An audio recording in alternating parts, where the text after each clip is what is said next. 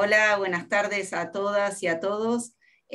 Hoy tenemos el gran gusto de presentar a Lorena Marina Sánchez. Lorena es doctora en arquitectura, magíster en intervención del patrimonio arquitectónico y urbano y arquitecta. Se desempeña como investigadora del Consejo Nacional de Investigaciones Científicas y Técnicas, con sede de trabajo en el Instituto de Estudios de Historia, Patrimonio y Cultura Material de la Facultad de Arquitectura, Urbanismo y Diseño de nuestra Universidad Nacional de Mar del Plata. Como docente de grado y posgrado en áreas histórico-culturales dentro de la mencionada universidad. Además, ha realizado indagaciones patrimoniales en Quito, Ecuador, como investigadora dentro del Instituto Nacional de Patrimonio Cultural. Es autora de numerosas publicaciones científicas. Así que, bueno, te escuchamos con atención, Lorena. Gracias por estar con nosotros. Bueno, muchas gracias a todos, muchas gracias al Seminario Permanente de Formación, gracias Julián y Pablo por invitarme, Steffi por invitarme. Yo ahora les voy a compartir una pantalla para hacer más ágil la presentación y porque tiene un componente visual importante que siempre es mejor verlo en alguna diapositiva. Lo que yo les voy a contar es una gran síntesis de investigaciones que fui llevando a cabo a lo largo de muchos años, con lo cual es una síntesis y cada una de las cositas que yo les presente seguramente van a poder ampliarse con todas las preguntas que me hagan o bien en posteriores desarrollos. Pero lo que quiero presentarles es como un principio y fin de todo un diagnóstico. Vamos a ver el patrimonio paisajístico residencial como parte del derecho a la ciudad, y lo interesante es que se busca tratar los problemas y las potencialidades, arribar a esos problemas y potencialidades. Hay muchas cosas para charlar. Desde mediados del siglo XX nosotros tenemos que la salvaguarda avanzó en una comprensión desde el patrimonio como monumento hasta el contexto, desde el patrimonio individual hasta la caracterización paisajística, donde el entorno forma parte sustancial de ese paisaje, desde las condiciones materiales hasta los aspectos vivenciales. Este avance es por demás sustancial porque implica una apertura y una democratización de los recursos y de los bienes que tiene cada localidad, cada país, cada territorio, y que se dimensiona en la medida del lugar donde se asienta. En consonancia, tenemos que la preservación de este palimpsesto formado por el legado se reconoce como parte sustancial del derecho a las ciudades, un derecho que, como ustedes bien saben, está definido por una Carta Mundial por el Derecho a la Ciudad, que dice que es el usufructo equitativo de las ciudades dentro de los principios de sustentabilidad, democracia, equidad y justicia social. En este marco es donde se inscribe el disfrute y el acceso a la cultura, y por ende, dentro de la cultura se inscriben los paisajes patrimoniales. Junto con todos estos procesos de apertura, dentro del campo específico patrimonial, se fue caracterizando un proceso con cartas y documentos que avanzaron hasta la actual definición de paisaje histórico urbano, que se entiende en esa misma carta, que es del 2011, como la zona resultante de una estratificación histórica de valores y atributos culturales y naturales, que trasciende la noción de conjunto centro histórico para abarcar el contexto urbano general y su entorno geográfico. Esto de conjunto centro histórico son dos nociones que van a haber en muchos lugares, que se utilizan mucho en turismo, que se siguen utilizando, pero que a partir de la comprensión del paisaje histórico urbano se pretende ampliarlo y mejorarlo. Se plantea que la noción responde al objetivo de preservar la calidad del medio en el que viven las personas, mejorando la utilización productiva y sostenible de los espacios urbanos, sin perder de vista su carácter dinámico y promoviendo la diversidad social y funcional. Nunca mejor explicado la condición del paisaje histórico urbano como parte sustancial del derecho a las ciudades, o sea, comparten muchísimas premisas y en ese sentido es interesante trabajarlo. Particularmente lo que yo trabajé es a través de la vivienda, las viviendas características que son de cada lugar, las viviendas esas que nosotros conocemos como las viviendas típicas, que constituyen eslabones de ese paisaje, eslabones que en su sumatoria conforman un escenario urbano característico. Es un patrimonio que testimonia algo diverso, colectivo, pero a la vez típico, que es propio de cada sociedad y su accionar. Y salvaguardar esas viviendas, si bien es algo que se viene trabajando desde hace siglos, no vamos a entrar en la historia del patrimonio y de la salvaguarda, en realidad con el tema de las viviendas generan muchos problemas, más con las que son principalmente contextuales, es decir, que no tienen el carácter monumental, sino que tienen un carácter más de contexto, y eso hace que sea un desafío constante y vigente. En particular, Mar del Plata es una ciudad que es paradigmática desde sus comienzos por los cambios y las transformaciones que sufre en un tiempo histórico corto. Fundada en 1874, es absolutamente dinámica, con múltiples transformaciones desde sus comienzos, ya en el debate entre lo portuario y lo turístico, con el peso sobre lo turístico y la inclinación por determinados tipos de vivienda en relación con esta vertiente más de tipo turística, va a hacer que se generen huellas urbano-arquitectónicas gestadas en el marco del pintoresquismo, una corriente arquitectónica que es por demás interesante para la ciudad, porque se va a dar entre 1880 y 1920 en relación a este carácter de la ciudad como villa balnearia, donde se desarrollan esas primeras villas y chalets pintoresquistas de gran escala, que nosotros reconocemos porque son las del borde costero, que se reconocen en los paseos costeros, o que las vemos en el interior del territorio y tienen una magnitud que hace que nosotros las miremos por sobre el entorno que conforman. El pintoresquismo tiene una característica, por supuesto, que es una herencia europea, transformada al llegar al país, retransformada al llegar a la ciudad, en donde el carácter extraurbano, la asimetría, el contraste de volúmenes, la exposición de los materiales van a tener un peso sumamente importante. Y la ciudad en ese momento, con el mar, las dos lomas que la caracterizaban, el arroyo que todavía no estaba entubado, iba a propiciar que ese pintoresquismo fuese un estilo apropiado para las prácticas de ese inicio de la ciudad de los grupos sociales más aventajados. Posteriormente, hacia 1930, la ciudad iba a ser una ciudad que iba a abrir sus horizontes con miras a una incipiente masividad turística sobre 1950, y por ende se iba a transformar la forma de habitarla, ya sea en forma permanente o temporaria, es decir, en los veranos, en las temporadas, o bien en los inviernos con los habitantes permanentes, y con los nuevos grupos sociales gestados, ya marplatenses, nacidos en la ciudad, porque anteriormente eran principalmente visitantes que provenían de Buenos Aires, y eso va a hacer que se gesten otras escalas de viviendas, otros chalets, como si fueran las traducciones de los anteriores, más pequeños, e incluso enmarcados en una vertiente denominada estilo Mar del Plata, que es una vertiente que va a tener las premisas del pintoresquismo, pero que va a sumar particularidades. El pintoresquismo es un estilo ecléctico. ¿Qué quiere decir? Que puede sumar diferentes cosas de otras condiciones figurativas y armar algo personal y propio. Y en ese sentido se gestó con la piedra Mar de Plata, que le dan nombre a este chalet, que se utiliza en los revestimientos, y otras cuestiones de corrientes californianas y demás que se fueron aunando para componer estas viviendas, un estilo local, que es este estilo Mar del Plata. Abajo lo que vemos es un poco la síntesis gráfica de lo que estaba diciendo. Vemos la Villa Ortiz Basualdo, que es donde está hoy el Museo Castellino, construido en 1909, una entonces vivienda pintoresquista.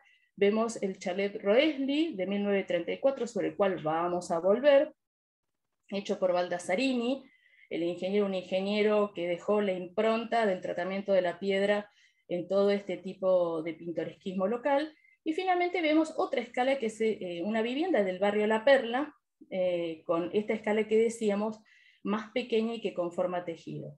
Y en esas transiciones vemos cómo también fue cambiando el habitar, ¿no? La vivienda es uno de los eslabones más ricos para entender no solamente las transiciones familiares, sino también esa condición unificada entre lo espacial y lo social y lo simbólico. Bien. Esto que fue en el pasado se reconoce en el presente. En esta vista aérea, que es sobre la loma de Estela Maris, más hacia el costadito, se puede ver toda una cuestión que, si bien está delimitada por el Código de Ordenamiento Territorial, que dice cuáles son los usos, las alturas, la ocupación del suelo, o sea, que lo fija para los arquitectos cómo construir en ese sentido, por lo que vemos que, por ejemplo, sobre mi izquierda hay como una franja de mayor altura, mientras que hacia el interior del territorio lo que se ve son una multiplicidad de techos rojos con espacios verdes. Eso que nosotros estamos viendo, cuando lo recorremos a nivel del suelo, lo que en realidad estamos viendo es una predominancia de este tipo de tejido pintoresquista, ya sea en villas, en chalets, en diferentes escalas, pero todavía pervive ese tejido dentro de la ciudad en estas dos lomas iniciales. Y una cosa que el tema es cómo abordar eso, ¿no? Cómo abordarlo para decir cómo se preserva ese tipo de patrimonio propio de un paisaje urbano y cómo se trabaja para preservarlo en tanto un derecho comunitario a sus propios orígenes o a sus imágenes urbanas.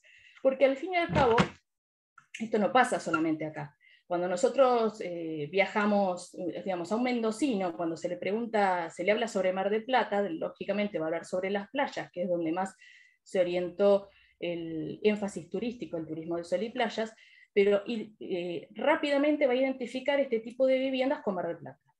Y nos pasa no localmente, también pasa afuera, pero también nos pasa a nosotros, que si nosotros vamos a Alemania, también vamos a tener preconfigurada en nuestra cabeza una imagen de esas viviendas típicas de Alemania, que no son las monumentales, son las que constituyen el tejido, o bien los tejidos de cualquier lugar de Europa de tipo medievales. Nosotros tenemos una imagen de ese tipo de viviendas. Entonces, este dilema, que en Mar del Plata es exponencial, o sea, es complicado, en otros lugares también resulta un desafío. Digamos que no es que está resuelto, es un constante trabajo de análisis, prueba y error. A favor es que en realidad hay un reconocimiento de ese patrimonio que antes no existía. ¿Sí? Se consideraba que en realidad solo lo monumental era digno de ser preservado o reunir condiciones, cuantías como recurso para merecer una declaratoria.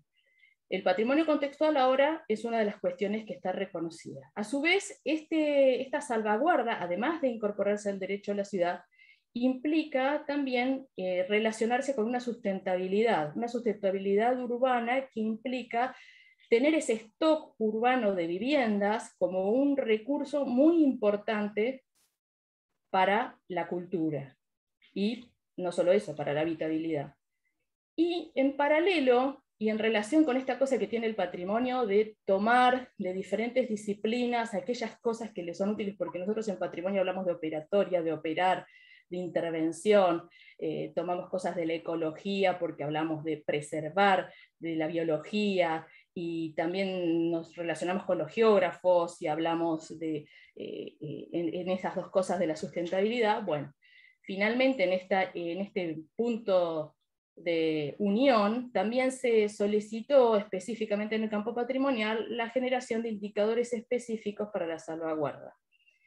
Y esto es de mucha importancia porque en realidad es una de las cosas recientemente solicitadas y no tan desarrolladas, porque permiten, en la particularidad de la salvaguarda de viviendas y patrimonio, en otros aspectos sí han sido desarrollados, permite sintetizar, cualificar y o cuantificar los análisis para poder monitorear lo existente, tomar decisiones y realizar diagnósticos. Entonces, si eso que estábamos trabajando, nosotros los desplegamos para el patrimonio residencial en particular, hay dos factores que son sustanciales. Y eso se puede ver no solamente en las prácticas, sino en las cartas, e incluso en la solicitud de indicadores que desde un comienzo hace el Acta de Colonia de Sacramento de ICOMOS UNESCO en el 98, y posteriormente lo va a avanzar ya mucho más consolidado los indicadores UNESCO de Cultura para el Desarrollo del 2014. Hay dos aspectos que resultan claves para preservar el patrimonio y en los cuales yo traté de operativizarlos para poder tener un instrumento que nos ayude a esto de los problemas y las potencialidades. Uno es el marco estatal. Indudablemente este es un bien que no es un bien que es privado, porque las viviendas son bienes privados, pero a su vez tiene un componente que hace que al pertenecer a este paisaje urbano, el Estado tenga un rol fundamental para ejercer algún tipo de protección de esos perfiles. Entonces el marco estatal es fundamental para ayudar a este tipo de vivienda contextual a sobrevivir. Y por otro lado, y en la misma magnitud, el rol usuario, porque lo que hace y deshace el propietario de su vivienda es clave dentro de una perspectiva concientizadora en tanto tres esferas: el sentir, el pensar y el hacer, que eso se trabajó específicamente, como ahora lo voy a explicar, a través de entrevistas y encuestas con los usuarios. Estas dos, la A y la B, que están resumidas ahí como características patrimoniales residenciales estatales y usuarias, a su vez se dividen en dos aspectos. En lo que refiere al amparo preservacionista estatal, es fundamental el aspecto urbano y los aspectos arquitectónicos, obviamente interrelacionados.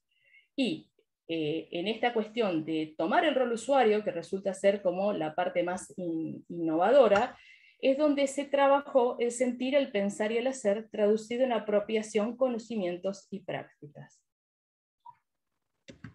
Bueno, para eso se trabajaron dos barrios, cuando hay que bajar esta cuestión teórica a la práctica, claves en Mar del Plata, que son el barrio Estela Maris y La Perla. ¿Por qué son fundamentales este tipo de barrios en la ciudad? Porque son los barrios donde se gestaron las primeras aglomeraciones y completamientos del tejido con diferentes tipos de escalas de viviendas pintoresquitas.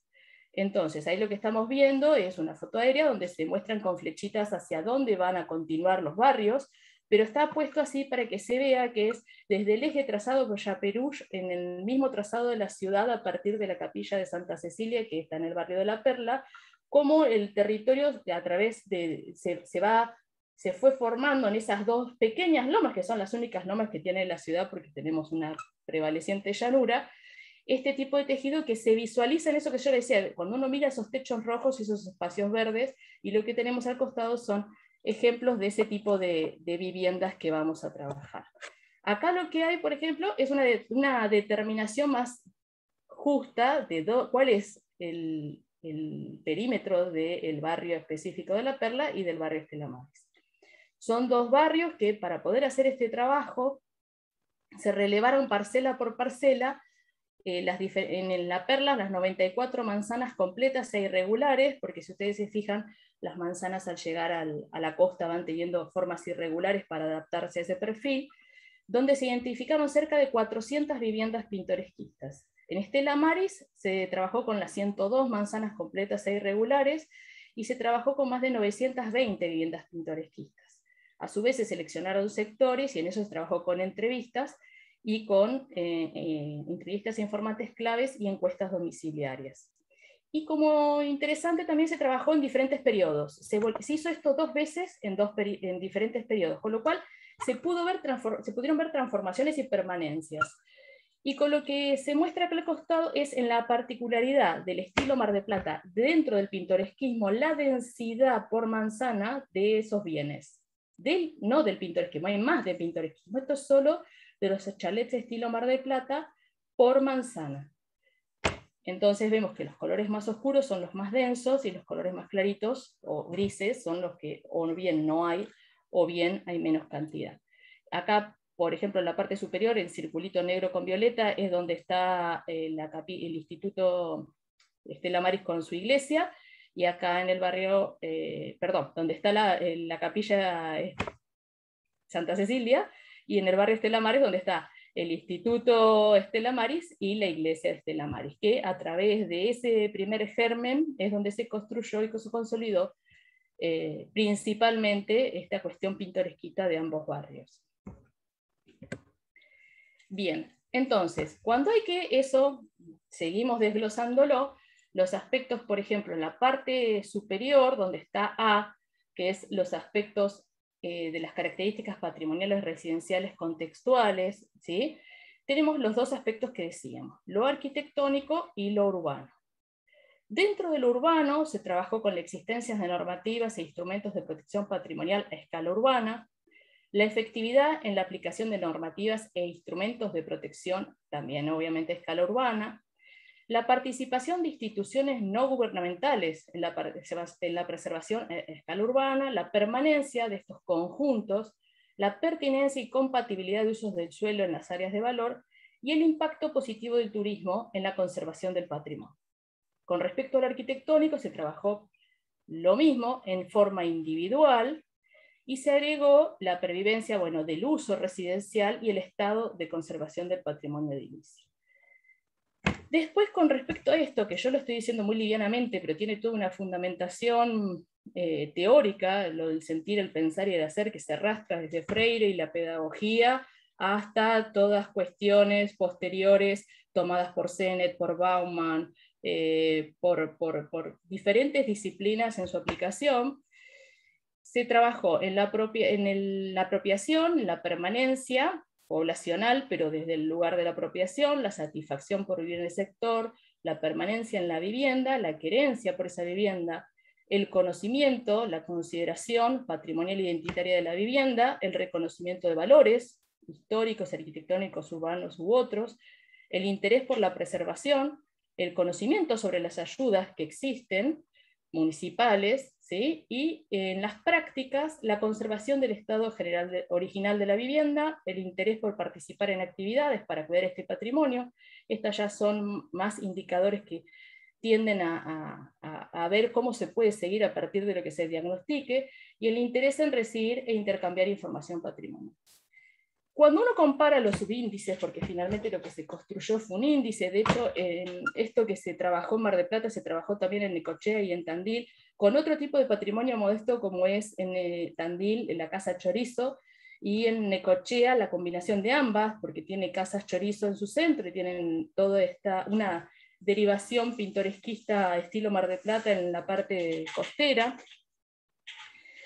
Lo que se ve es que en realidad el índice de sustentabilidad total de la preservación patrimonial es parecido, aunque tiene sus particularidades que pueden llevar a diferentes estrategias. Pero en general, y lo que a mí me interesa con respecto a los problemas y las potencialidades que queremos descubrir, es esta cuestión de qué fuerte que es, sobre todo los aspectos urbanos y los arquitectónicos, los rojos, que serían los más negativos, en la parte referida al amparo por parte del Estado de lo que son este tipo de viviendas. Es claramente más negativo esta parte superior que los verdes, que me indican otra situación con respecto a el rol usuario en la preservación de las viviendas, que es más o menos lo que el gráfico de abajo intenta sintetizar, donde los vértices son los máximos, serían las mejores situaciones, y hacia el centro se van dibujando a través de puntajes que se van poniendo las peores situaciones.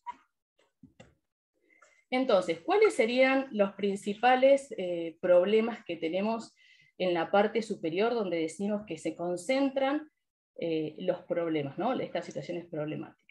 Primero, una protección normativa de bienes en forma individual. Bueno, ahí hay dos veces individual, perdón.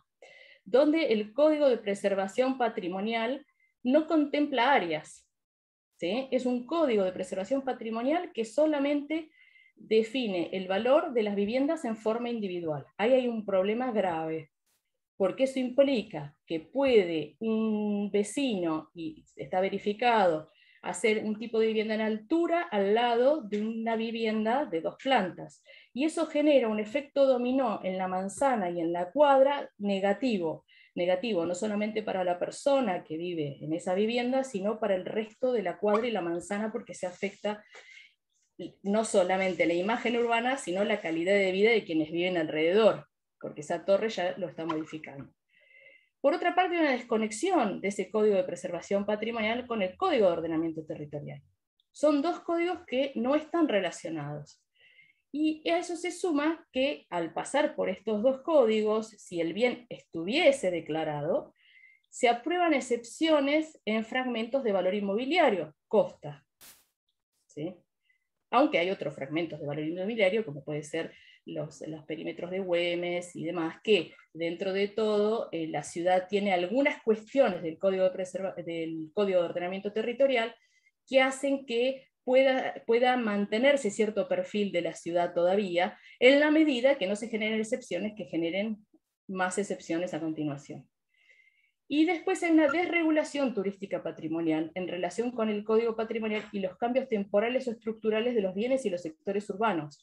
Si algo se construye para una temporada o para un fin turístico y demás, no hay una regulación que ligue de alguna manera esta cuestión de la protección normativa, de la protección de uso del suelo y del turismo en relación con un bien que es un recurso no renovable para la ciudad y para el paisaje que tiene. A mí me interesa esto de las normativas, porque profundizar un poco, porque siempre se habla de las normativas patrimoniales y en realidad yo no sé hasta dónde uno conoce qué es lo que existe y qué es lo que no existe. Entonces me interesaba contarles que en cuanto a las normativas, nosotros tenemos una vieja normativa que surgió del esfuerzo de gente de la universidad, junto con gente del municipio, y se oficializó este código en 1995, la ordenanza número 10.075, que normalmente se cita cuando se habla de la preservación local. Ahí se especifican las pautas jurídicas, económicas y técnicas para declarar y amparar bienes de interés, donde se especifican campos de valoración, ¿sí? Es decir, ¿dónde está puesto el peso del valor de la cuantía de ese bien? En lo histórico-social, en lo artístico-arquitectónico, en lo ambiental, en los tres. Después se dicta en el 2003 un decreto que lo reglamenta parcialmente y se definen variables de desafectación, es decir, que yo propietario puedo afectar un bien y puedo solicitar su desafectación. O sea que es una responsabilidad del propietario ambos trámites. Y se agrega un capítulo destinado a la categorización de bienes y en relación sus grados de protección y niveles de acción. Es decir, si yo tengo un bien que tiene, después de su análisis por parte de la oficina competente, un valor excepcional, entra en la categoría A y tiene un grado de protección integral, que es grado 1. Si tengo un bien que tiene un valor singular, que también eso está definido dentro del campo de valoración previo, es una categoría B y tiene un grado de protección 2. Y eso es una protección estructural. Y si tengo el último eslabón, un bien de valor contextual, entra en la categoría C y tengo un grado 3 de protección ambiental. ¿Qué pasa? La mayor cantidad de bienes declarados actualmente en Mar del Plata son categoría C. Es una categoría donde se destaca el uso vivienda. Y sin embargo, tiene un valor contextual, pero se protege en forma individual. Ya de por sí hay una contradicción en la misma declaratoria. Y la afectación y desafectación pertenece al propietario, con lo cual estamos ahí en un embrollo. En el 2010 aparece una ordenanza, que es la 19.660, que modifica y reglamenta cambios en ese código, y se innova en el tratamiento de la categoría C, porque es la categoría que más problemas tiene, porque es la categoría donde los valores son contextuales, o sea que son los más, se podría entender como más débiles, o que tienen que ver justamente con un contexto, son los que la protección es ambiental, o sea que es mayor la permisividad para hacer o para deshacer. Entonces se agrega un anexo que en realidad lo que hace es tratar de subsanar de alguna manera la falta de decisión y de toma de postura por un amparo de áreas. Entonces redefine esa categoría C en 6 subclasificaciones y protecciones asociadas. Es decir, que la C se divide en 6. 3 tipos de protecciones para los entornos cercanos heterogéneos y 3 para los entornos homogéneos. En realidad, esta voltereta se soluciona con declarar áreas, pero hay un expediente desde el 2002 en la municipalidad que propone generar áreas de protección e incluso articular el Código de Preservación Patrimonial y el Código de Ordenamiento Territorial, que no tiene respuesta. Entonces, desde el área, no dando abasto para resolver este tema de que no haya áreas, que es no quiere decir que con las áreas se soluciona todo. Lo que quiere decir es que hay un mínimo de solución. Y no se puede hacer en forma individual una protección contextual. Entonces el área específica lo que dijo, bueno, hagamos aunque sea esto, porque hasta que salga, si desde el 2002 tenemos un expediente que no da respuesta, modifiquemos lo que está. Sin embargo, tampoco fue una solución. Entonces lo que nosotros tenemos son la intervención de diferentes tipos de bienes, ya sean de mayor envergadura o de menor envergadura. Este que vemos a mi izquierda es el chalet Roesli, que tiene este telón de fondo. Estas dos cosas están unidas, o sea, es la misma. Esto es parte del edificio, no es que es otra cosa. Y es un chalet que, como habíamos dicho hoy temprano, era de 1934, construido por Baldasarini, que yo acá está la foto sacada puntualmente, pero si uno mira, todos los alrededores están construidos por obras del mismo autor, o sea que conforma una particularidad paisajística nuestra, y tiene eso de fondo. De pronto tenemos Villa Luján, que es esta que está acá, que es de 1938, donde está Lemi, también una tradicional constructora de Mar del Plata, que fue la que lo construyó, que se permitió hacer este telón de fondo. Cada una de estas obras tienen 1000 particularidades, que después si quieren las charlamos, pero vamos a hablar así en general. Y después tenemos esas intervenciones chiquititas que yo pude, por ejemplo, detectar en esta cuestión de ir y volver a los relevamientos en diferentes periodos, que en menos de 10 años uno puede ver cómo se va transformando, más chiquito, más importante, pero nosotros podemos ver, por ejemplo, este es un pequeño chalet de estilo Mar del Plata del barrio La Perla. Tenemos cambios en la coloración, que decimos, bueno, el que sigue ya estamos un poco más afectados. Tenemos intervenciones en los espacios abiertos, el porche, que es una característica con el jardincito al frente y demás intervenido. Estas pequeñas cosas en sumatoria cambian rotundamente los perfiles de ley. Y finalmente tenemos esto, que es una cosa que está pasando muy a menudo, que es la sustitución de los techos de tejas coloniales por los techos de chapa, y bueno, y acá definitivamente no parece la misma casa porque se le quitaron los revestimientos, digamos, son cambios mayores. Entonces, todo esto es imposible de manejar desde una declaratoria individual, porque ninguno de estos bienes reúne las cuantías suficientes en forma individual como para ser declarados parte del patrimonio. Entonces se necesitan áreas, ni siquiera con las subclasificaciones.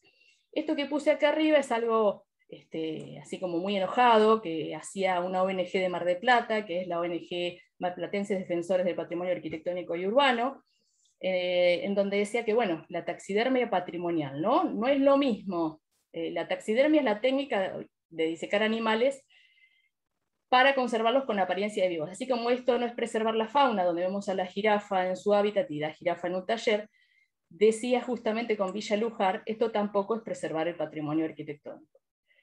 Y es un poco así el tema. Pero vayamos, la idea es tampoco quedarse en la crítica y la nostalgia, a ver qué se puede hacer con esto. Acá lo que vemos es esta misma ONG en su momento hizo un mapa del delito patrimonial, lo llamaba así. Entonces mostraba en todo el sector costero la demolición total, la parcial, la demolición de chalet de estilo Mar de Plata, la alteración de contexto, el deterioro del espacio público, todas las afectaciones. Fíjense la cantidad, solo así como en un relevamiento, diríamos casi amateur, de todo esto, la cantidad de cuestiones no solo derribadas, sino afectadas, perdidas o intervenidas. Nosotros yo creo que no somos conscientes de la velocidad con que se transforma el patrimonio urbano y el paisaje urbano. El ex-hotel que vemos arriba, demolido, el chalet Gratarola, demolido, el chalet Lita Mami, que era de Baldasarini, distorsionado clandestinamente por falta de control municipal, que queda, o sea, lo que se reforma, queda. El chalet La Marina, el también de Baldasarini, aprobación de excepción urbanística. El chalet Marimar, distorsión clandestina. El chalet del Pino, bueno, la Villa Ortiz Basualdo, alteración del contexto. Nosotros la Villa Ortiz Basualdo antes no veía el mar, y ahora la Villa Ortiz Basualdo tiene que buscar por los resquicios del costado las visuales hacia el mar, bueno, y así indefinidamente. Incluso nosotros, ahora, 2021, tratando de ver, porque a uno le queda la duda siendo arquitecto y le queda la duda no siendo arquitecto, de si no hay otra posibilidad de hacer estas inversiones inmobiliarias y decir, bueno, no vamos a poner que siempre hay malos y buenos, no es así. Entonces, no hay otra posibilidad de hacer las inversiones inmobiliarias en torres, en altura, de manera tal de que no afecte los recursos, otros recursos que implican al paisaje, como por ejemplo la luz solar, bueno, y nos pusimos a trabajar con gente de Tucumán que trabaja específicamente esta cuestión ambiental de simulaciones para planificaciones estratégicas y ambientales, con unos programas especiales. Y dijimos, bueno, esto es el caso de lo que se está construyendo en el chalet Ave María, hecho en 1930, también por la empresa Lemi, que es el que se conoce como el chalet de Mariano Mores, que fue de tanta repercusión social cuando se comenzó con este tema de la torre. Entonces dijimos, ese es el volumen, es una publicidad de propaganda inmobiliaria, donde se ven render, que son reconstrucciones realistas, para ver la altura y cómo va a quedar. Fíjense la altura que tiene el edificio en relación con el chalet que compró en el 80 Mariano Mores, y que se conoce como el chalet. La pregunta que nos hicimos fue, bueno, más allá de todo lo que implica el proceso de entender cómo puede la ciudad llegar a probar eso, dijimos, ¿y si nosotros le cambiamos la volumetría? Si hiciéramos un trabajo experimental de cambiar la volumetría, ¿podríamos mejorar eso? Y se puede, o sea, es posible hacer una torre. Fíjense, la E son diferentes escenarios. El escenario 1 es sin la torre. Fíjense el grafiquito, los rojos y los naranjas es la mayor luminosidad, y cuando se empieza a poner azul es que nos estamos poniendo acercando a las zonas frías. Frías, no frías porque haga frío, sino a las zonas que van a estar sin luz. El escenario 2 es el edificio tal cual está. Fíjense cómo empieza a complicar el entorno cercano, porque esto lo estamos viendo solo con el entorno cercano, ¿no? El 3 es la misma torre girada. El 4 ya es decir, pero para, y si lo hacemos más chato y así empezar a probar formas, de manera tal de cómo se empieza a mejorar la situación existente solamente con un ejercicio formal, que obviamente le falta muchísimo, pero digamos, se puede mejorar incluso haciéndolo mal, o sea, incluso perjudicando, puede ser menos peor. ¿Sí? Esto se los quería mostrar porque es lo último que estuvimos probando con este tipo de tecnologías. Si nosotros nos vamos a lo positivo, para no quedarnos con esta fea sensación, vamos a lo residencial patrimonial usuario. Entonces, ¿qué tenemos? Tenemos una positiva apropiación de los barrios y las viviendas por parte de la gente, un destacado interés en recibir e intercambiar información patrimonial, aunque con rupturas entre el interés y el hacer, ¿no? Es como que hasta saber, querer, vamos bien, y cuando eso se transforma en el hacer, hay una ruptura importante, porque no se sabe ni cómo, ni dónde, ni cuándo, y sobre todo un destacado reconocimiento de los valores de las viviendas y sus condiciones patrimoniales asociadas, aunque hay un desconocimiento de si existen ayudas municipales, pero lógicamente, digamos, uno tiene una casa y tiene 10 millones de cosas de las cuales ocuparse. Si encima vive en una casa con cierta antigüedad, 1 millón más de cosas por las cuales ocuparse. Y si encima tiene que ocuparse de declararla como patrimonio y saber que existe, es muy difícil que la gente llegue a ese conocimiento. Y se empieza a enterar cuando empieza a generar un reclamo por alguna cosa, empieza a ver ese tipo de cosas. O sea, que ni siquiera hay una difusión o una concientización certera sobre las posibilidades, pocas o muchas existentes que hay. Pero es positivo, porque también valdría preguntarse si hay tanta especulación inmobiliaria, si hay tanto problema, si no, los códigos no se relacionan. Entonces, ¿por qué pervive todavía, por qué perviven tantas viviendas de este tipo?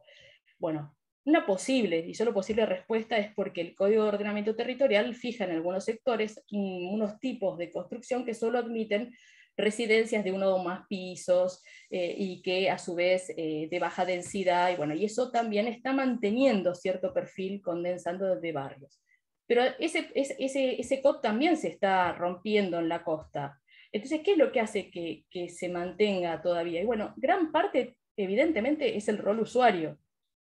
Los que tienen esas casas intergeneracionalmente se destaca esta cuestión de a quienes pertenecieron en la medida de que no haya una compraventa y se pierda eso, ¿no? Que es otro tema que cada una de estas dos grandes esferas tiene su profundidad. Y también se manifiesta en esta cuestión de manifestarse contra las torres, que es mucho más frecuente de los que no están dentro del campo y se puede llegar a ver.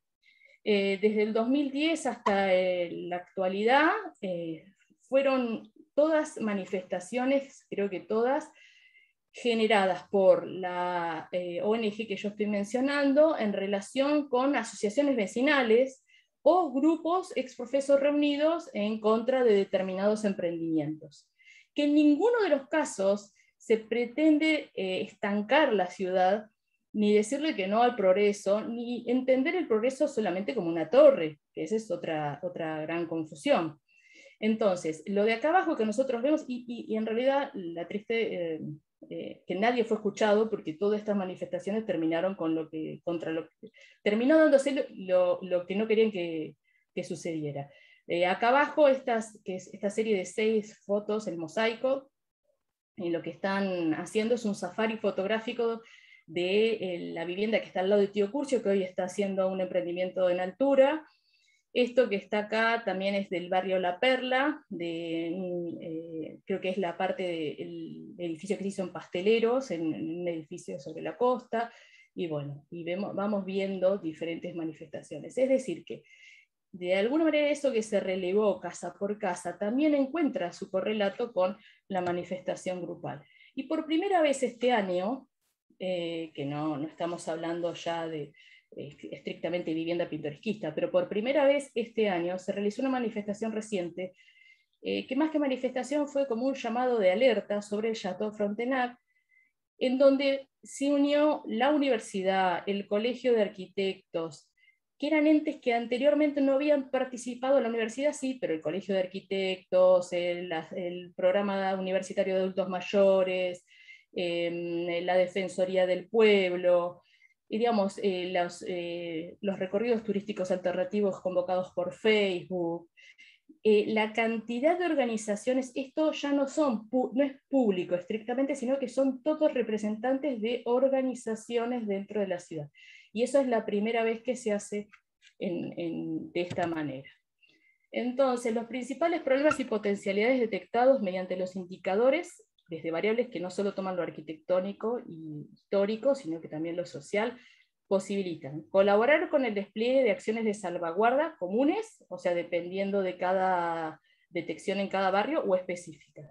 Visualizar estos estados de situación para comenzar a repensar las acciones e incluso monitorearlas. Generar estrategias que permitan retroalimentar una pervivencia residencial a más largo plazo, que finalmente es el objetivo. Y postula un punto de partida hacia la acción conjunta en forma dinámica para fortalecer y hacer efectivo el derecho de toda la comunidad al disfrute de este legado, que nosotros lo vemos, lo reconocemos, pero como que nos pasa de costado de alguna manera en tantos ciudadanos, y sin embargo es muy reconocido en la mirada del otro, cuando se reconoce la ciudad. Nosotros pensamos que somos solo sol y playas, y no es así. Tenemos un bagaje cultural muy interesante, y en las viviendas es factible reconocer parte de ese bagaje cultural. Yo acá tomé una cita de una historiadora teórica que usamos mucho, Marina Weisman, en arquitectura, que dice que la ideología del falso progreso va a contramano va conformando imágenes idénticas de los pueblos de una misma región, en la que cada uno imita a la capital más próxima, la cual a su vez imita a la que le precede en escala. Se van perdiendo así las oportunidades de mantener y reforzar la identidad, la memoria, la personalidad de cada una de las poblaciones. De ahí que sea la mayor trascendencia la tarea de asignar valor histórico a los pocos o muchos elementos patrimoniables que posea cada centro poblado, y aún definir, siempre que sea posible, áreas históricas por pequeñas que sean. Esto lo escribió en 93. Es decir, áreas históricas no necesariamente tienen que ser áreas de valor, donde se reconozcan los diferentes valores que pueden tener chico, poco, grande o mucho, pero cada localidad en su propia dimensión. Bueno, muchas gracias. Espero no haberlos aburrido, pero bueno, hay mucho para charlar y conversar sobre esto. Muchas gracias, Lorena. Muchas gracias. Muy interesante. Bueno, escucho preguntas o consultas. Está claro que acá dejamos el aplauso para el final como cierre, donde todas y todos abrimos el micrófono para el aplauso final. Eso... bueno, no, igual no esperaba aplauso. No, eso se respeta a rajatabla, por eso vas a ver alguna manito ahora dibujada, pero el aplauso es reglamentario, además de merecido, y lo dejamos como cierre, parte de nuestra rutina. Pero no sé si hay alguien que quiera ir haciendo alguna pregunta, algún comentario. Cristian. Mari. Sí, no, simplemente, bueno, gracias Lorena, realmente me interesa. En mi caso soy una seguidora de estos temas de hace 10 años.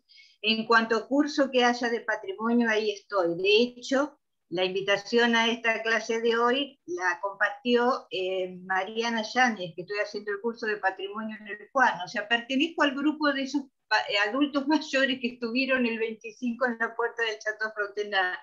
Me parece, sí.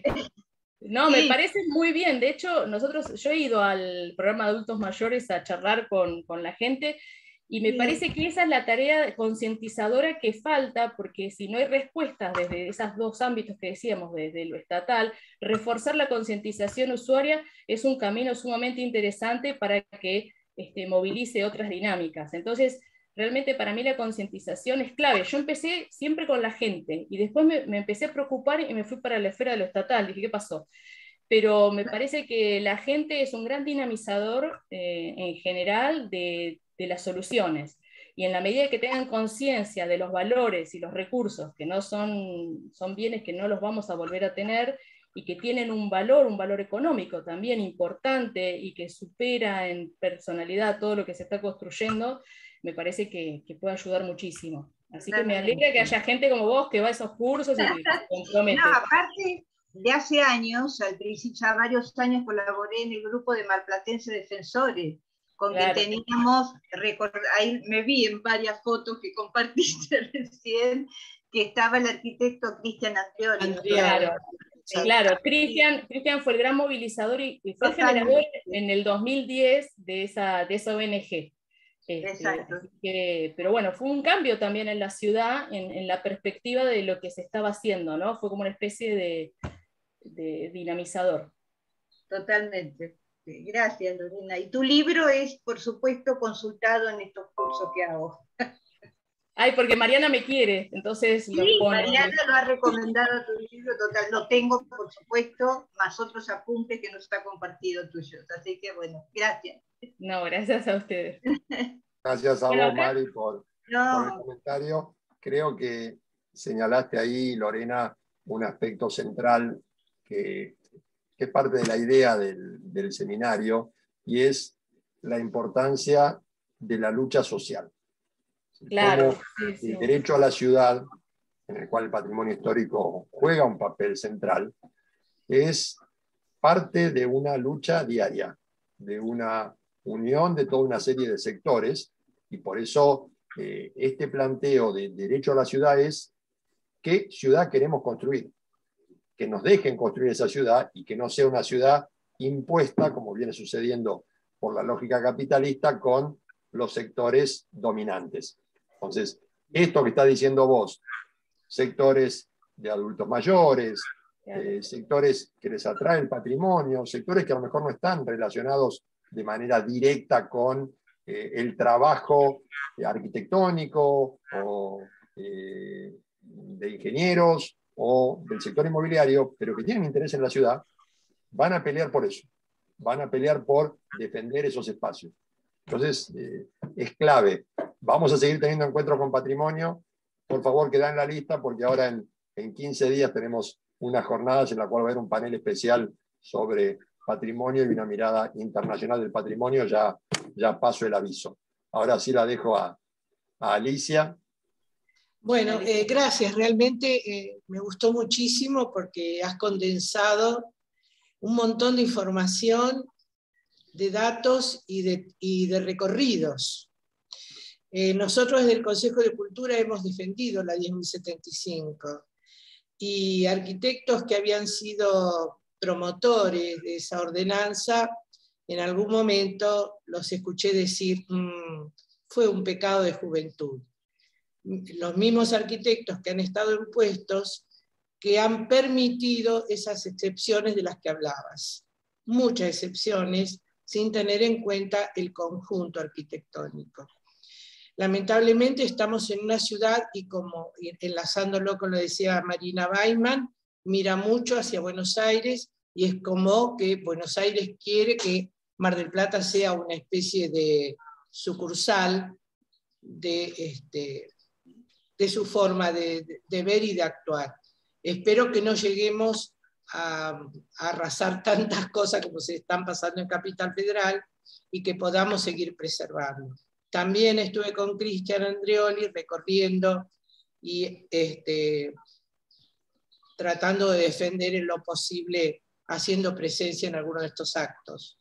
Y él hacía mucho hincapié también en lo que era el entorno de la estación norte, cómo quedó desvirtuado el contexto de la estación con todo el aparataje metálico que le pusieron alrededor. Y ahí se perdió un montón de patrimonio ferroviario que también hubiera sido bueno y no hubiera interferido en el progreso, pero sí se podría haber manejado de otra manera. También el arquitecto Dejan estuvo luchando por ese tema, y ahora está bueno con el parque lineal, a ver si se puede recuperar también ese parque lineal, y ahí también está el peligro de la construcción de grandes edificios por el polo tecnológico. Bueno, sí, seguimos siempre remando con estos temas. Sí, en realidad el problema es un problema que lamentablemente no es solo nuestro. Es un problema que incluso las ciudades europeas, con todas las leyes que tienen, han hecho excepciones. Hay torres de peli que han sido tremendas en sitios urbanos, cascos históricos urbanos declarados. Digamos que es un problema que nos atraviesa como atraviesa a muchas otras ciudades. Y en Buenos Aires, vos decías lo de Buenos Aires, ¿no? Buenos Aires por lo menos tiene áreas de protección, áreas de valor. Nosotros ni siquiera tenemos áreas de protección histórica. O sea que estamos incluso un poco peores que ellos, pero bueno, tenemos también una escala menor y una participación importante no sé si tanto pública, pero en esto que yo veía del relevamiento casa a casa, cuando uno habla de patrimonio, la mirada es positiva. Y eso es un gran valor que se puede desde donde partir para realizar estrategias y acciones. Acá hay un tema también, me parece, que los legisladores locales no están enterados, embebidos o aprueban todo este corpus de conocimiento. O sea que como que no lo manejan. Y el área de patrimonio de la municipalidad es una sola persona. Sí, yo creo que no hay es una voluntad política de que esto se solucione. Definitivamente no existe. Claro. Porque el expediente con las respuestas está iniciado. Lo que pasa es que no se responde, digamos. No sería la voluntad política que eso pase, evidentemente, ¿no? Claro. Sin entrar en detalles particulares. Claro, sí. Por eso hay tanto problema con la Plaza del Agua también, que no se termina de definir su uso público. Es que el problema es la comercialización y el malentendido progreso, porque realmente parece una frase hecha, pero es malentendido progreso. Progreso no es destruir para construir. De hecho está comprobado que el stock urbano que se tiene en las ciudades es menos costoso preservarlo, no preservarlos, digamos, mantener el stock de viviendas que generar viviendas nuevas, digamos, porque están en sitios particularmente abastecidos por servicios, porque hay un montón de cuestiones, pero en cuanto al sentido, a eso que se le carga a las ciudades del progreso, estamos como atrasados, porque la torre ya no es sinónimo de progreso. Estamos como en una transición hacia otro tipo de concepción del progreso que no se está visualizando en la operación que se hace en, por ejemplo, Frente Costero. Gracias Lorena y Alicia. Ahí le doy la palabra a Marisol desde Bogotá. Bueno, buenas tardes, profesor Pablo, profesora Julie, profesora Lorena, un gusto escucharla. Vengo escuchándola desde un taxi. Ya estoy acá en mi casa, pero he escuchado toda su conferencia y bueno, sensacional. Muy llamativo para nosotros, con mucho gusto, doctora, el liderazgo de las asociaciones vecinales, muy importante para democratizar, digamos, un derecho y también para obtener logros concretos ya en el tema de vivienda. Muy interesante también lo que usted ha dicho, que la torre no es el progreso y cómo no obstante hay una tendencia a repetir entre barrios y cómo se puede peligrar, digamos, esa identidad. Pero yo voy a ser un poco desordenada y le voy a hacer dos preguntas que tengo con toda seguridad que usted la sabe, que usted conoce muy bien. Primero, porque Mar del Plata se llama la ciudad feliz, es decir, cómo se adquiere y se mantiene y si eso hace parte del patrimonio histórico. Y en segundo lugar, pues yo vengo trabajando desde todo el tema de la cooperación internacional, el tema de los consensos, ¿no? Ahora, por ejemplo, en nuestro país y en algunos países, particularmente en América Latina, hay mucha polarización, pero lo que yo estoy planteando es que vamos hacia los consensos. Uno revisa el caso de China, de la fórmula 1, 2, 3, ingresos, 2, derecho a la salud y al alimento, y los 3 puntos de salud, de educación, bueno, no recuerdo el otro derecho, pero esas fórmulas y esas construcciones se hacen a partir de los consensos y no de las polarizaciones, es decir, ahí qué injerencia tiene directamente toda la parte de la arquitectura sobre el Estado, ¿no? Digamos, cómo se puede impactar y que no todo sea sector privado, sino que haya como una posibilidad de consensos entre lo público y lo privado para realmente poder avanzar sin necesidad de polarizaciones. No sé si fue muy clara, pero bueno, espero. Bueno, a ver, Ciudad Feliz. El apodo de Ciudad Feliz es un apodo hecho desde mediados de la década de 50 relacionado con la ampliación turística a la ciudad de masas y la promoción de la ciudad como destino para toda la Argentina, como destino de sol y playas. ¿Qué tiene un historiador? Te lo va a saber responder mucho más precisamente, pero en términos generales responde a eso. De hecho, hay canciones que hablan de Mar del Plata como Ciudad Feliz y que han como sellado ese eslogan que termina siendo contraproducente porque están todas las vertientes que dicen que Mar del Plata justamente lo que no es una ciudad feliz. Con respecto a los consensos, me habías preguntado, había una en el medio que me olvidé. ¿Cuál era la del medio?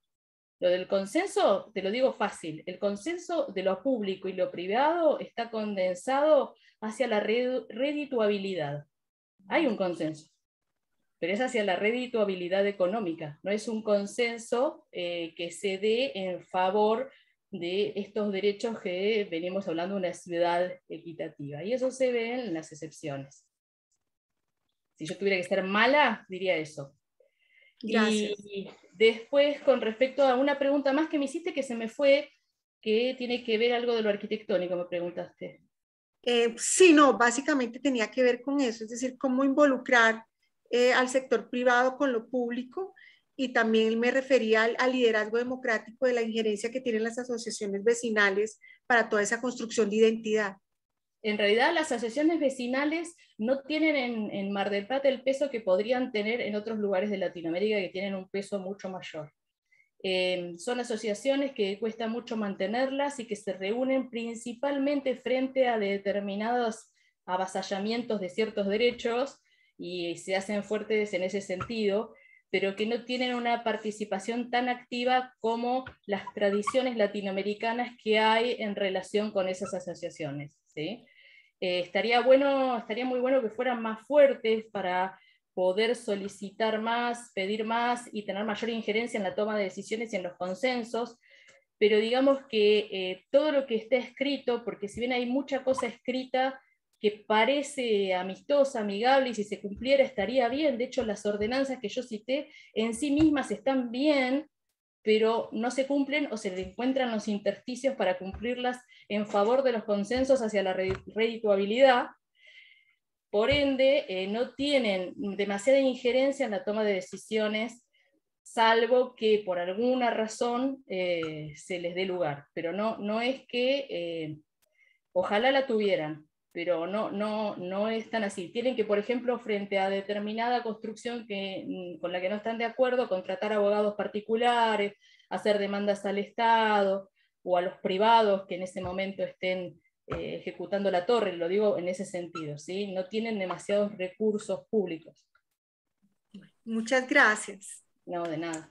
Gracias, Lorena. Ahora le voy a dar la palabra a Rosario, pero un segundito.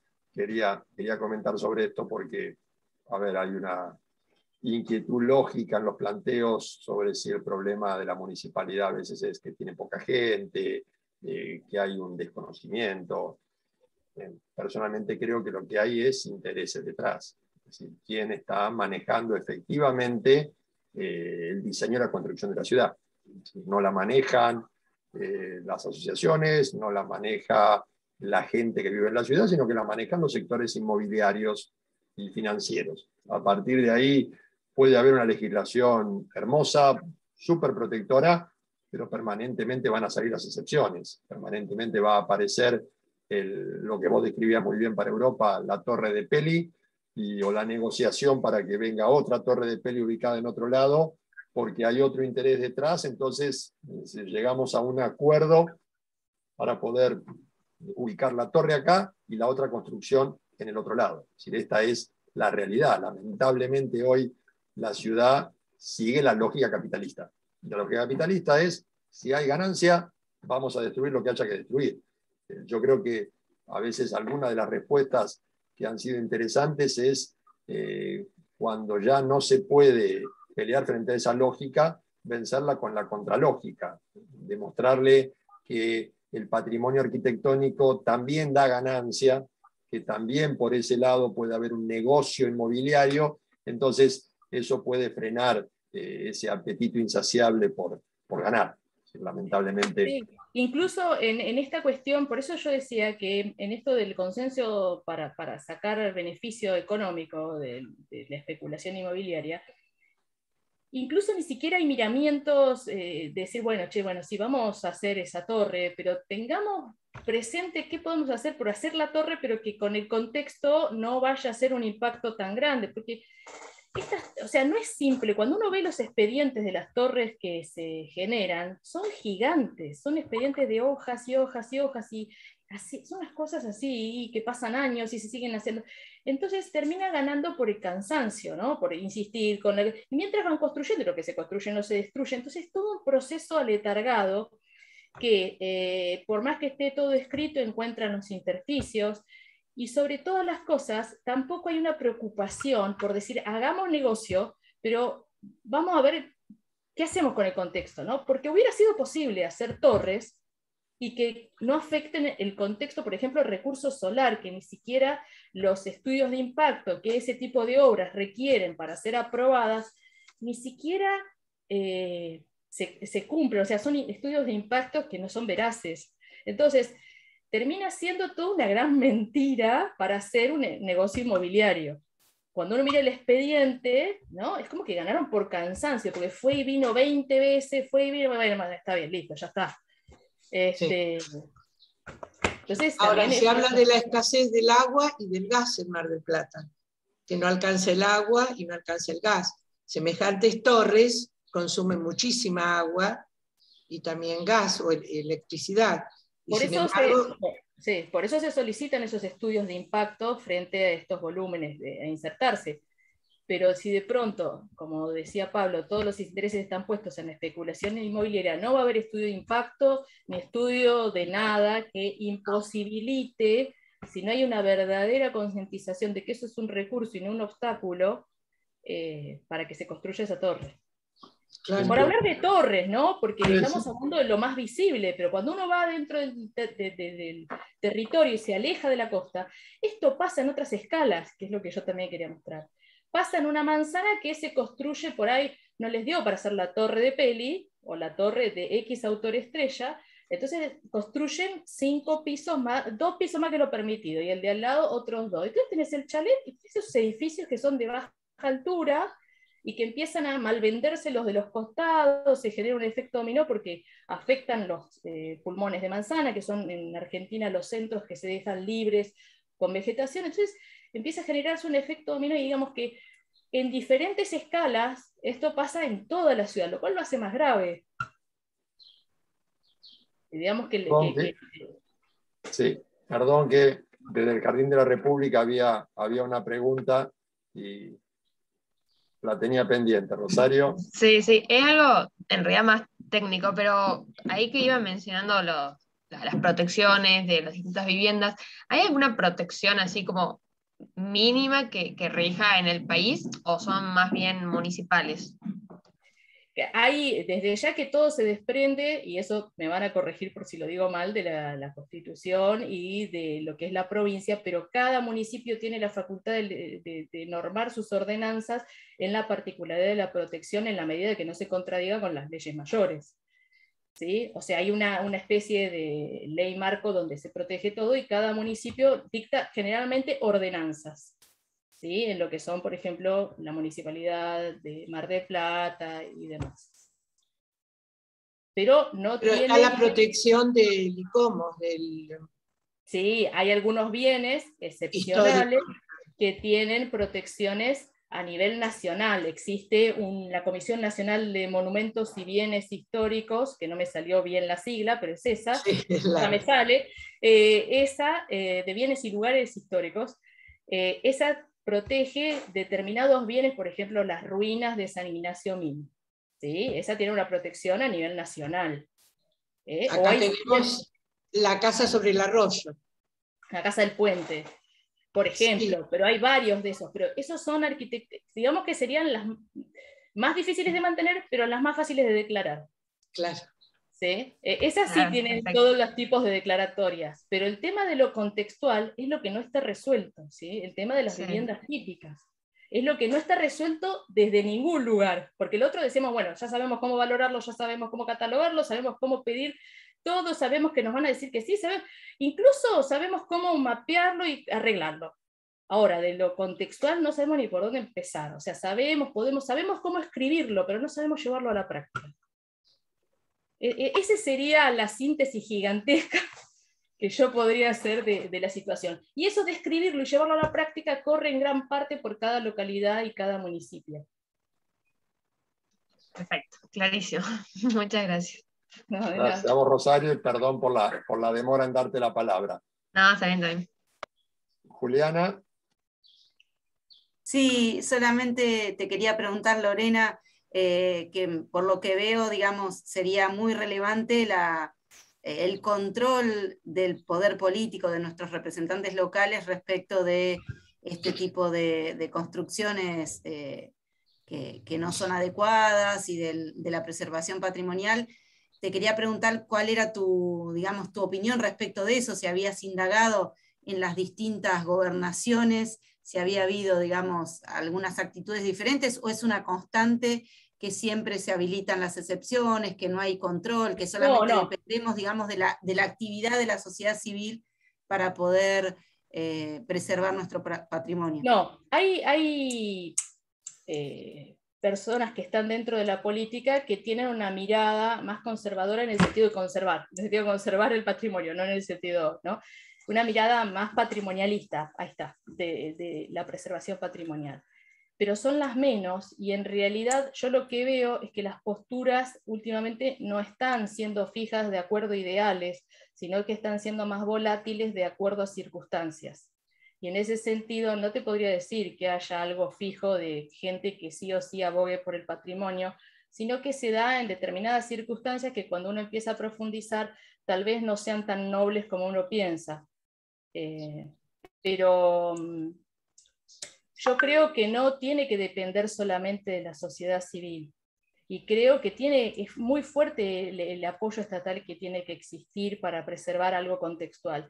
De hecho, en otro tipo de ciudades nosotros siempre tenemos el diario del día después, porque vemos lo que puede pasar en Europa, que tiene muchos años en la trayectoria de conservación de contextos, y a ellos les está pasando que tampoco tienen resuelto este tema, y lo que tienen resuelto se ha volcado mucho hacia el turismo, y eso les está generando un montón de problemas.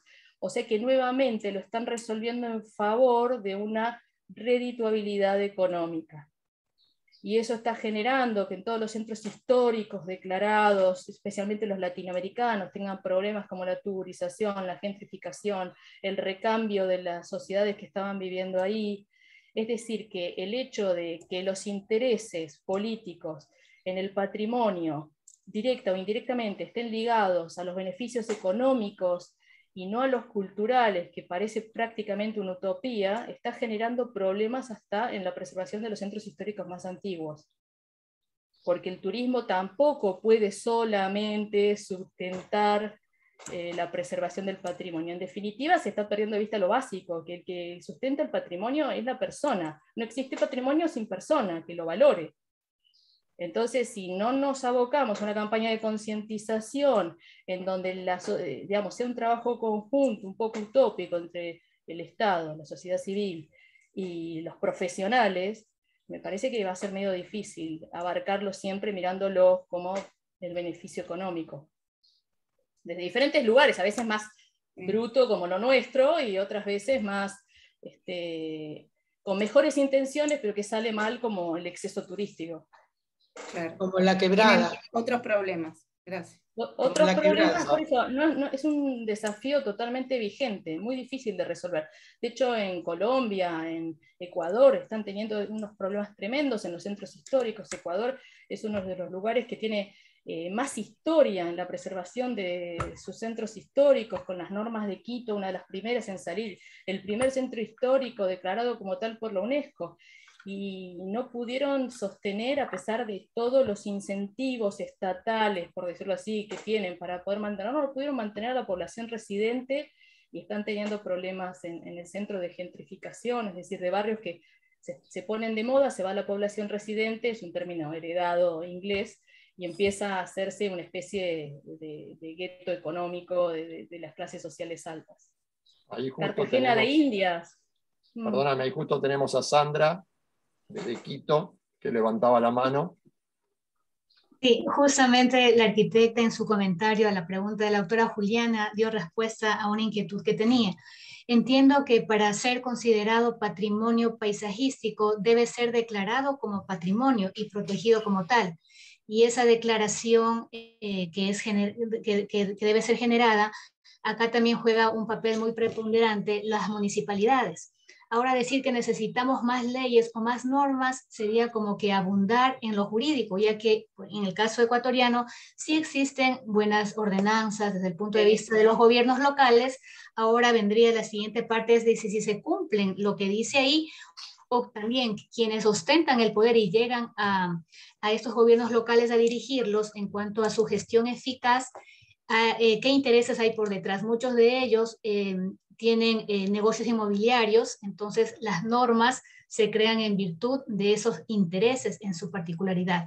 En otro sentido, y bueno, usted habló de lo turístico, ahí se podría ponderar qué es lo que, desde el punto de vista económico, qué es lo que pesa más. Bien, la parte económica, que también pueden existir ingresos desde lo turístico, o desde el punto de vista inmobiliario, que mueve mucho más de millones de dólares en su particularidad. En Ecuador, como usted lo decía, sí tenemos en Quito el centro histórico, que tiene una importancia relevante y yo diría un valor que ni siquiera se lo podría monetizar desde el punto de vista de la trascendencia histórica que tiene y cultural, que nos permite también ganar desde identidad. En Cuenca también hay el Centro Histórico de Cuenca, en donde también hay una riqueza patrimonial interesante, que se cuida mucho y que, pues, como usted dice, requerimos también esa concientización y ese querer a lo que tenemos en cada uno de nuestros países. En todo caso, en su comentario anterior contestó algo que yo quería preguntarle y quería ahondar un poquito más en su interesante conferencia. Bueno, muchas gracias. Ustedes, Sandra, tienen el centro histórico que hasta hace poco tiempo era el mejor conservado y el más grande de Latinoamérica. O sea, Quito es una joya para Latinoamérica. Y con el IMP, que ahora, bueno, era el Fonsal y ahora es Midubi, bueno, con todo eso que tienen ustedes, les sobran normas. Pero bueno, aún así tienen muchos problemas en el centro histórico, así que nuevamente vemos que no es cuestión solamente de normar, sino que necesitamos que eso trascienda el papel. Así es, justamente el día de ayer o anteayer hubo un tema de paro nacional por el tema de las medidas económicas, etcétera, y personas inescrupulosas sacaban los adoquines del centro histórico para convertirlos en un arma, es decir, en piedras para poder lanzar a los policías, y destruyen el centro histórico. Entonces, toda esa parte también es una cuestión de falta de cultura, educación, desconcientización de lo que tenemos y de lo que debería preservarse aquí en nuestra tierra.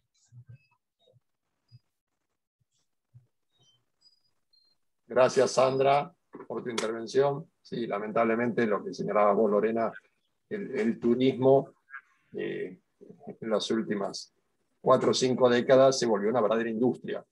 Entonces, así como la ciudad va siendo privatizada, la ciudad va siendo un espacio de negocios, toda la tierra va siendo un espacio de negocios. El turismo, lo que antes era ir a una playa desierta, ya es difícil encontrar una playa desierta sin que la inunden hoteles 5 estrellas. Entonces, lamentablemente... Lo positivo es que el turismo puede ser un movilizador de la preservación. El tema que se va de mano con cada una de estas propuestas es el equilibrio. Hay un desequilibrio en el turismo, ¿no? Porque un turismo bien entendido y equilibrado puede fortalecer la utilización o la refuncionalización de algún tipo de bien. Pero no todas las casas pueden ser museo, no todas las ciudades pueden ser museo, o sea, es imposible sostenerlo de esa manera. Yo creo que se ha perdido el equilibrio y una visión comunitaria.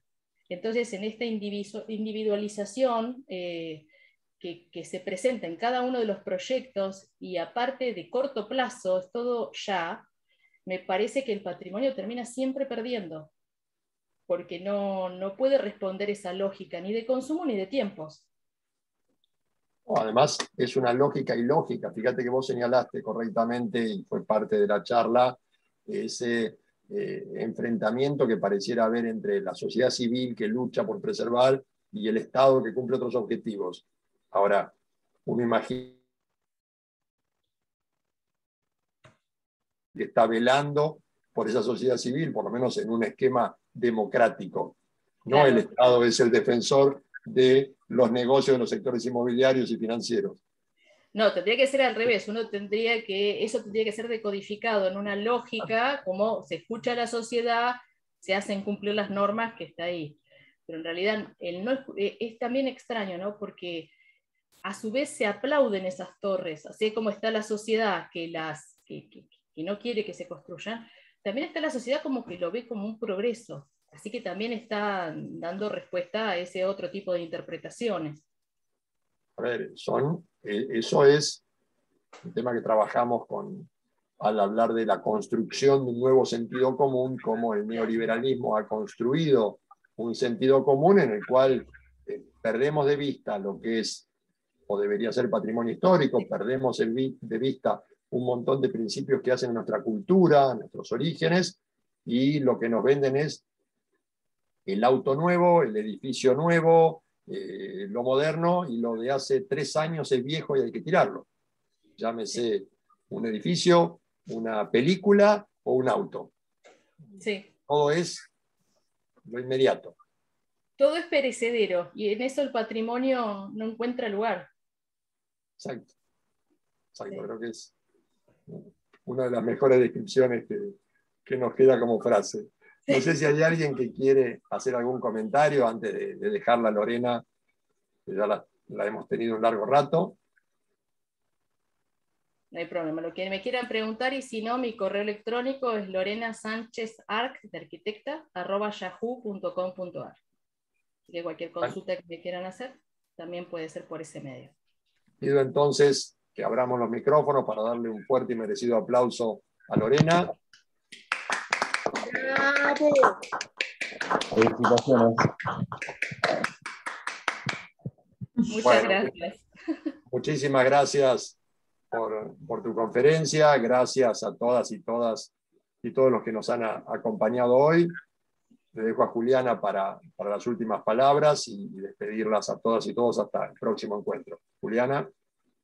Simplemente agradecerte, Lorena, por traer tus conocimientos, tu mirada tan interesante, y agradecer a todos los que hoy nos acompañan y han estado con nosotros, así que nos veremos la próxima.